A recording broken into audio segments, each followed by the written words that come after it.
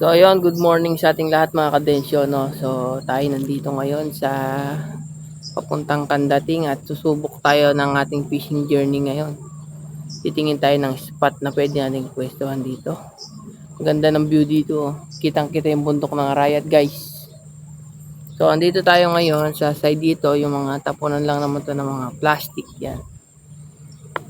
Diyan tayo sa side kukuha ng ating bait ng pamain. So kasama natin ang ating Mudrackels. So napagdesisyon lang kung ayain siya. Wala naman siyang ginagawa. So tara at kukuha muna tayo ng ating pamain dito. Sa lukuyan tayo naghahanap.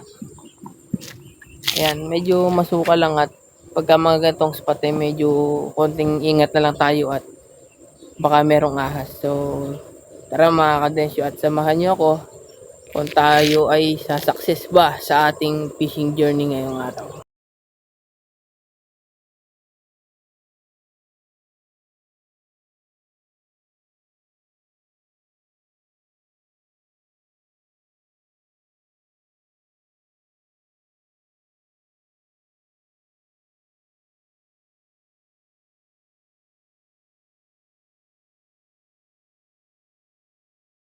Ayan guys,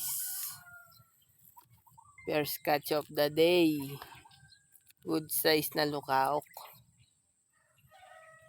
Ayan, nakikita nyo. Tayo lang nakataw-taw dito. Wala yung ibang kasama. So, tara, let's go. Ayan guys, oh.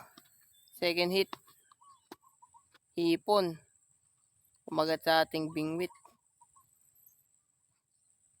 Maliliit ang kagat dito sa spot ngayon. Testing lang naman tayo eh. Guys, oh. Nakadali tayo ng hipon. Hipon for the win. Maliit ang kumakagat sa spot ngayon. Testing lang naman tayo eh. Ayan, oh. Ayan, ito ang ating spot. Tap mo na.